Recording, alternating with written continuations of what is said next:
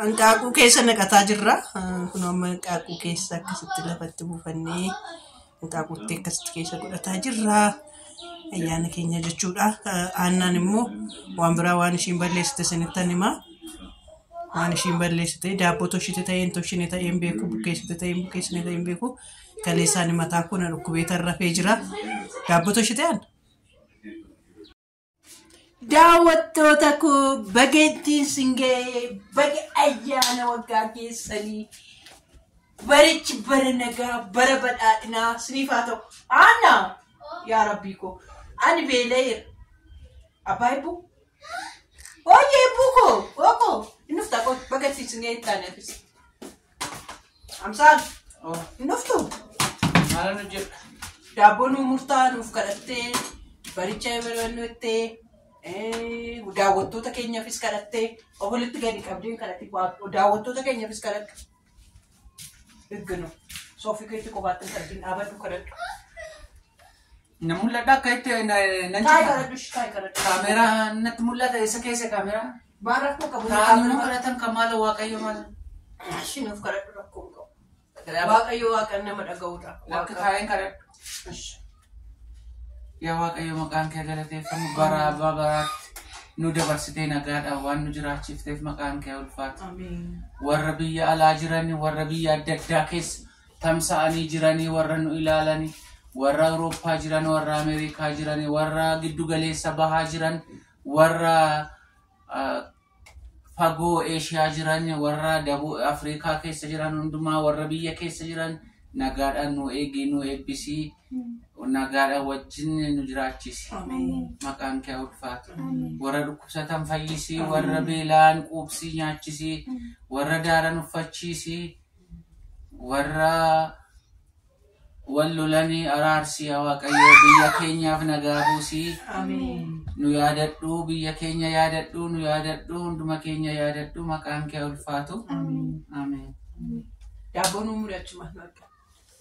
Daabboo nu muri ani mamma sitti Birzii sini buusaa. Yaa birzii. Birzii maal nafar ormooti? Maal jedhama? Birzuma miti ijoolleen beeku afaan oromootti. Bulbulaa dammaati kaa. Bulbulaa dammaati kaa kanaan lamaa hidharee. Bulbulaa hidhikaama.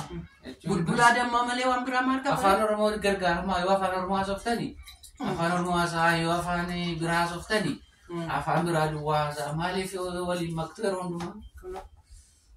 Kuno jadi afaan isa sirriitti beektanaasa.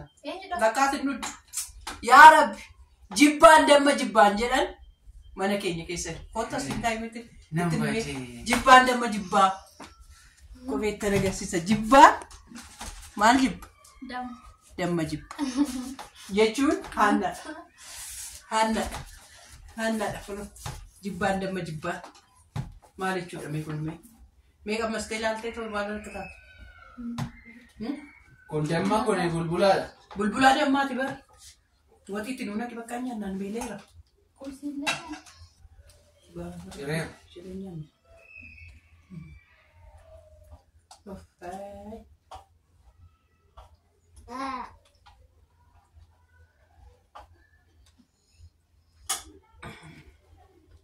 Kottaa nyaannaa. Kami kan lafa godhuu fi laata akka sirriitti nyaata kan kottaa eeyyoo.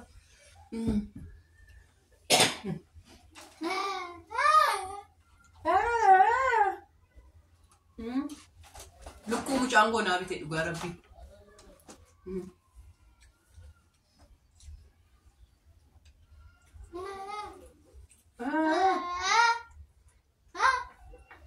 Beepuuko.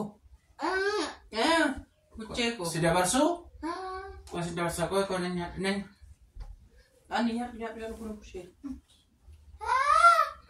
Ooyee. Si dabarsuu eebba? Eebbuu.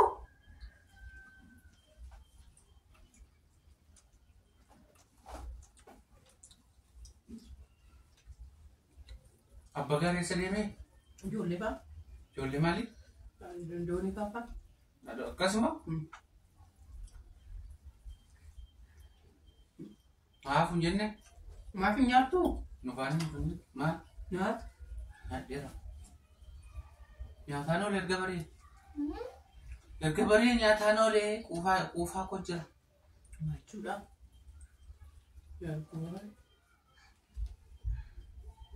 Erga baree nyaataan.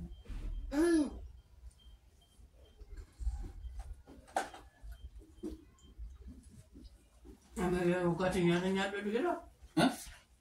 Namanya ugat nyaata jira.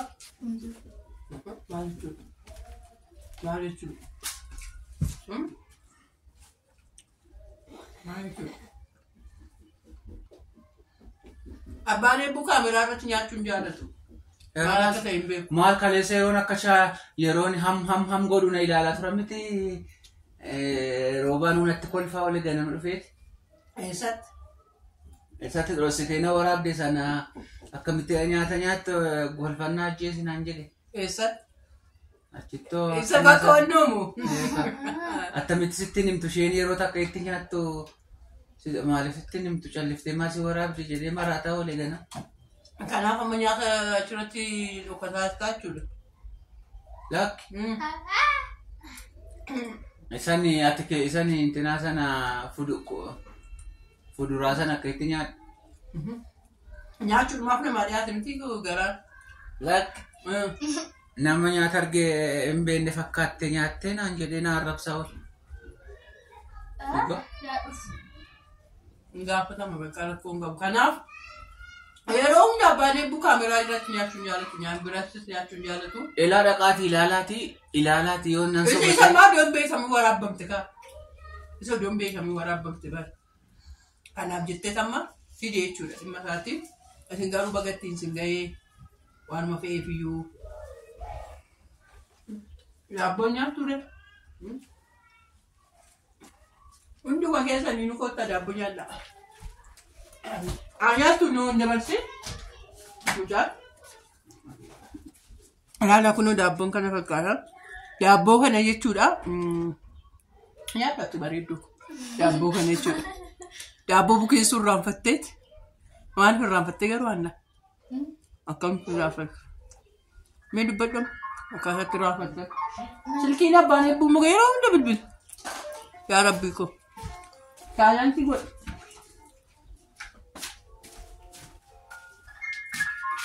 Kaalanti nu godhe eebboo. Ani naa bilbilameera beekuma akka bukeessitii laata. Sodaataan ture daabboo lamatti tolfamaa laata jechuudha. Bukeessitii doon jedhu. Duraan natti himta. Dhuftee na laata. Saleessammoo natti hin dubbanne. Kanaafiyyuu maafan dubbadhale. Innaa daabboo kanaa nama toshee daabboon toshinii anatu toshee tosiif ergaa naan jedha. Waaqayyo ishee eebbisu mucaa akka eebbuu qabdu qabaleedha kiiloo 15 mootummaan kenneefi jennaan. Anaan mootummaan nan beeku isaanii hin beeka. Inni sunis akkoo daakun inni naa dhufu. Kan qabalee innis. Inni kan qabalee wannoo dhafan kennan. Dabbabee dhafan kennan. Si jaallatu baay'ee qabda. Dabbabeenis kiiloo 5 naa ergee ishiin kun immoo daabboodhuma isaa bukeessitee toshitee naa ergitee waaqayyo si naa eebbisu jedhaani. Ayyaana waggaa har'a baranaa eenyutu ispoonsara godhee tokko Ndaanqoo roobaa daabboo ganzab daabboo nama lama jechuudha bar ganzabii fi dabbabee. Eshi birzio. Ade. Birzii qofa nani. Birziin damma barreen gaddaa bitamee mana jirudha. Kana jechuudha. Kan inni mi'a. Jibbaan damma jibbee. Maaliif isaan kajeelsisan? Maal bakka isaanii koo bakka haadha isaanii wannu dhala. Bakka nagaa oolaa bakka nagaa bulaa. Waaqayyo sinaa eebbisuu. Ayyaanni gaarii siniif haa ta'u. Bara 2017 ittiin boonyee ani ittiin gaddinee nuuf haa godhu eebbifama. Ameen. Ameen.